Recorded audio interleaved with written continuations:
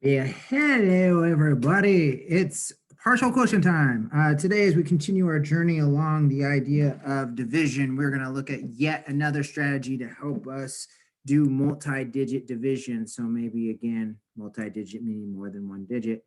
Let's say something like 192 divided by 8, right? That's an 8, I promise. So thinking about that now, again, let's go back to what we're noticing. Partial quotient. Wow, what? Didn't we do partial products when we multiplied? Yes, we did. Absolutely. And again, remember, if you can multiply, you can divide because of the wonderful world of the inverse. So just like we've done with an area model where we kind of did it backwards or opposite, that's kind of what the inverse is, if roughly. It's kind of a rough definition. You realize that once again, these strategies that we use to help us multiply numbers, we can actually use to also help us divide. So today we're going to talk about the partial quotient. Again, if you remember then, right, that keyword part, when we did partial products, we were multiplying in parts. Well, partial quotient is the same thing. We are going to divide in parts.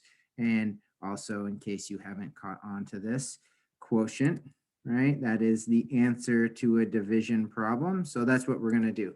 We are going to divide numbers in parts, and we're going to use a technique called partial quotient.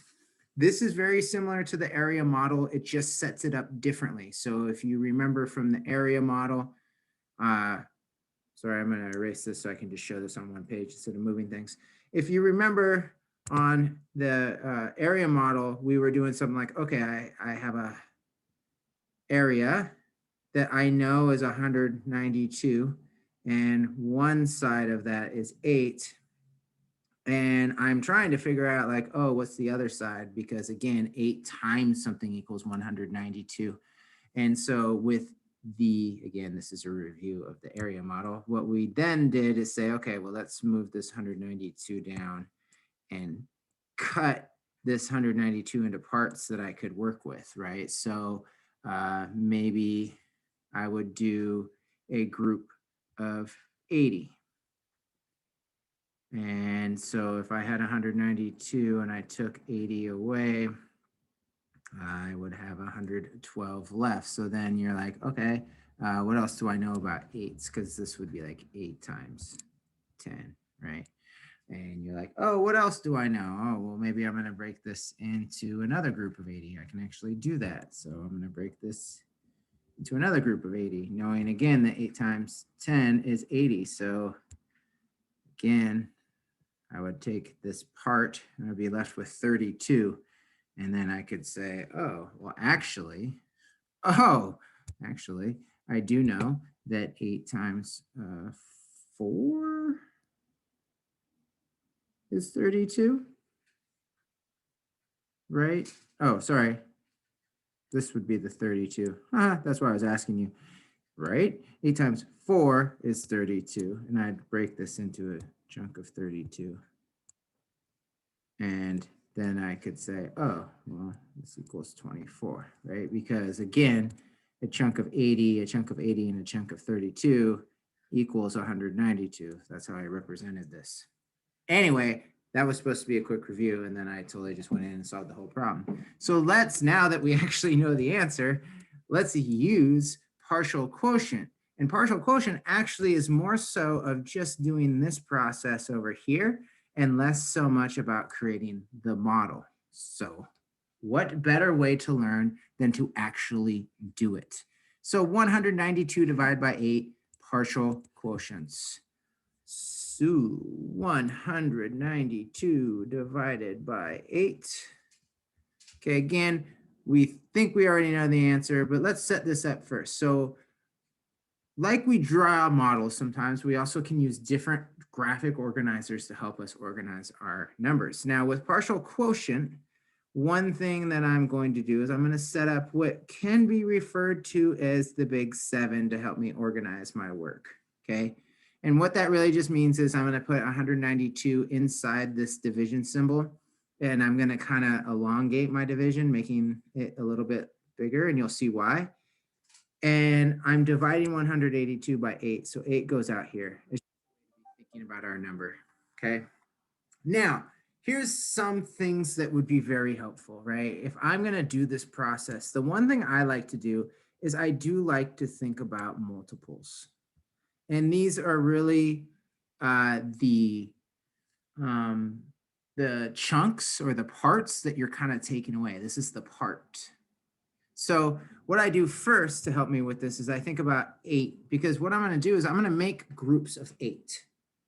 But I don't know how many groups of 8 go into 192 off the top of my head, but I am going to use math facts I know to help me do it in parts to kind of chip away out of it, right? For example, if I know 1 times 8 is 8, well then I know that 8 times 10 is 80, right? And I could even say to myself, well, what makes more sense? Should I start with a part of 8 or a part of 80, right? It'd be quicker to take 80 away. But you know what? That's not even good enough for me. I also know 8 times 2 is 16. That's a math fact I know. And again, if I know 8 times 2 is 16, then I know that 8 times 20 is 160. Now, I could keep doing that, but I'm going to start here because if I look at this list, this one is a lot closer to 192. So what I'm going to say is I'm going to say that 8 times 20, I'm going to put the 20 out here, okay, and you'll see why, equals 160.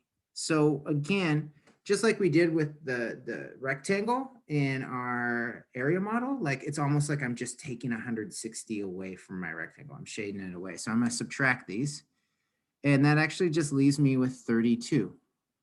Now, that's all I have left. So how many groups of 8 can I make with my 32? And I know that 8 times 4 equals 32. And poof, I'm done. Okay, so I'm at 0 down here, which means I've taken away all my groups. So I'm going to add those groups that I did. First, I did a group of 20, then I did a group of 4, and that equals 24. And there's my answer. 192 divided by 8 equals 24, which is the exact same thing that we got up here, I hope. Yes, it is the same thing that we got up here, right? When we did our area model. And again, you can see with the area model, I made like groups. I did like a chunk of 80 and a chunk of 80 and then a chunk of 32. Whereas with partial product or partial quotient, excuse me, I did a group of 20 and a group of 4. Let me rephrase that because I guess it's more like these are the groups. If you think about it, 10, 10, that would equal 20 plus 4.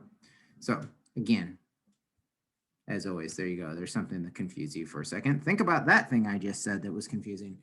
So anyway, this is kind of the process we're going to do. We're going to list out multiples to help us think about chunks. And then I guess I should finish these steps too. We're going to subtract those parts, subtract the parts. And then our last step, we just add the parts.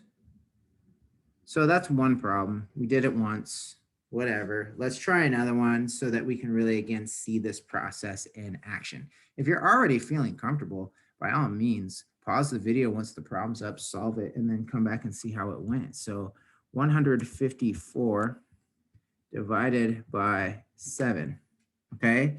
So think again what we're going to do. We're going to think about these multiples of 7 to help us. Then we're going to take parts away, and then we're going to add those parts together to get our answer. So first things first, organize.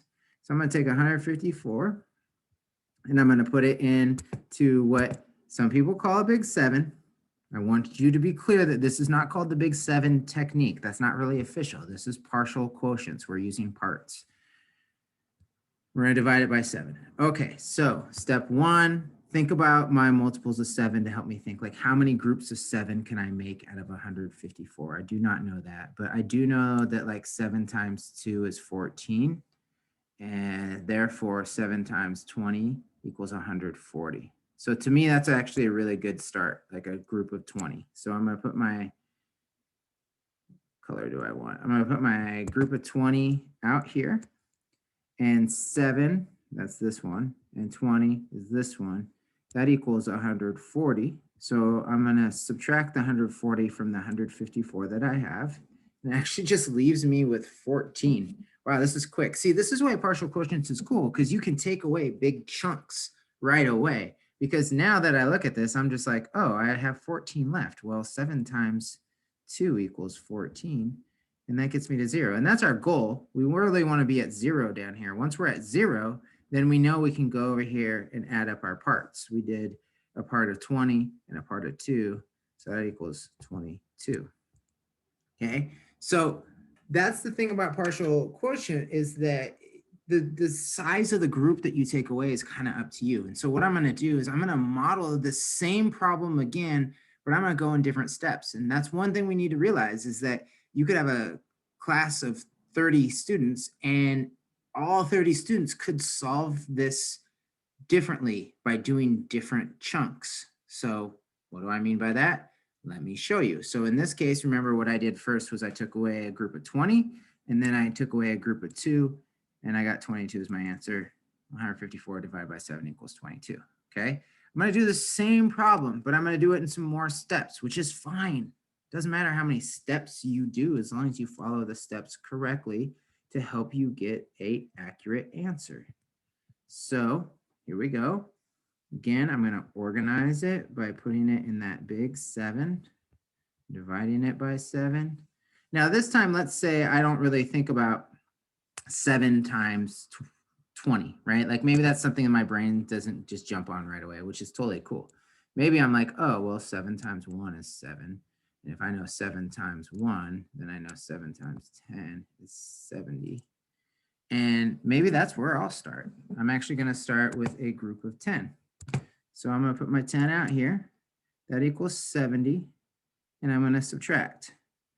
So let's see. My bottom is big, so I need to regroup on that one, which gets me 84. Okay? So I have 84 left. Well, if I look at this, I can just say to myself, oh, cool. Well, why don't I just do another group of 10? Right? So I'm going to put another group of 10. 7 times 10 is 70. And I'm going to subtract that, and that leaves me with 14. And then I'm going to say, oh, cool. I'm going to scoot this up so we can see. Well, 7 times 2 equals 14. There's my 0. I'm done. Let's add these up. That's 22. So here you have it. 22 by doing it in groups of 10, 10, and 2, still got 22. And up here, I also got 22, but I did it in a fewer steps with 20 and a 2. Either way, they both got me there. Either way, I was correct. Either way, that's what makes partial quotients so nice. You do it in parts. So think about that. Navigate that, give it a go, always ask the questions, always practice it, right? The more you try something that feels funny, the less funny it starts to feel. So you kind of have to persevere through that fear and then just get the job done. And we believe in you. Keep up the great work. And as always, thank you for being here.